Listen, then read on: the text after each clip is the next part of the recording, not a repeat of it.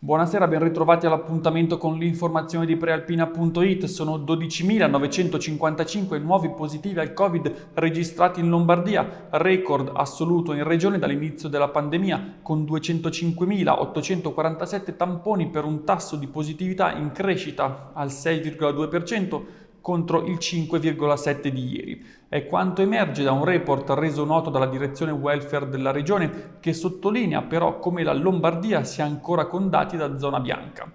I casi positivi degli ultimi 7 giorni sono 51.456, con un'incidenza di 513 per 100.000 abitanti, ma i ricoverati nei reparti ordinari sono 1.408, con 56 in più rispetto a ieri e una percentuale di posti letto che si attesta al 13,8%.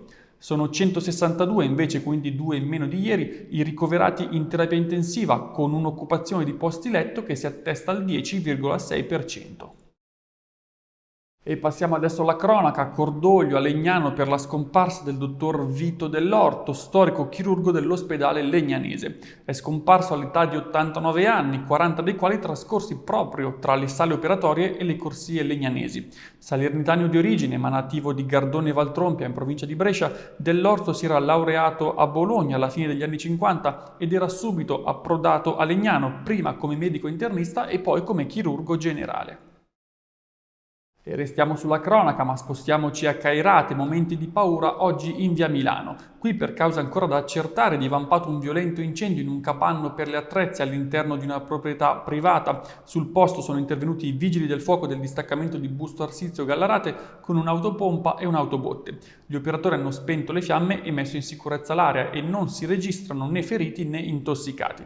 Al momento sembra che si sia trattato di un incendio accidentale e sia dunque da escludere l'ipotesi dolosa.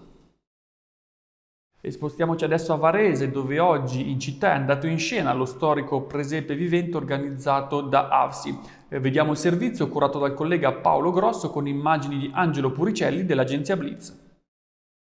Una notte splendida, quella della Natività, e un pomeriggio splendido, quello del presepe vivente allestito oggi per la 22esima volta sul sagrato della Basilica di San Vittore, dopo lo stop del 2020 dovuto al Covid. Tanti spettatori nel rispetto delle regole sanitarie, tanti volontari, gli scout di AGGS Varese 2 protagonisti, quadro dopo quadro, delle letture dei Vangeli, uno spettacolo con la regia di Andrea Chiodi e Sara Maestri e Giancarlo Ratti nei panni di Maria e Giuseppe. La sacra rappresentazione si è svolta anche per ricordare la campagna Tende di Natale di AVSI, Fondazione Volontari per il Servizio Internazionale.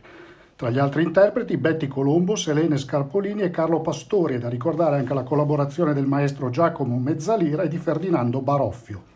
Dalle 15 un vero e proprio villaggio ha animato le vie intorno alla basilica, raccontando di come l'arte e la letteratura si sono fatte testimoni della Natività, esattamente come fece Luca nel Vangelo, che è stato evocato subito dopo in piazza San Vittore.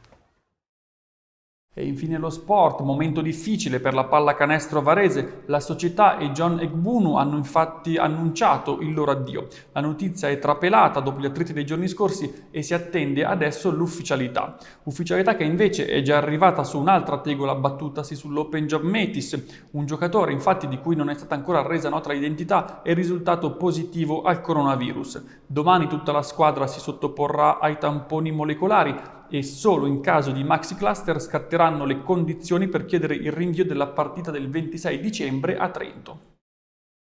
E questa è l'ultima notizia. L'appuntamento con il notiziario di prealpina.it tornerà domenica 26 dicembre alle 19 e a tutti voi gli auguri di un buon Natale dalla redazione di Prealpina.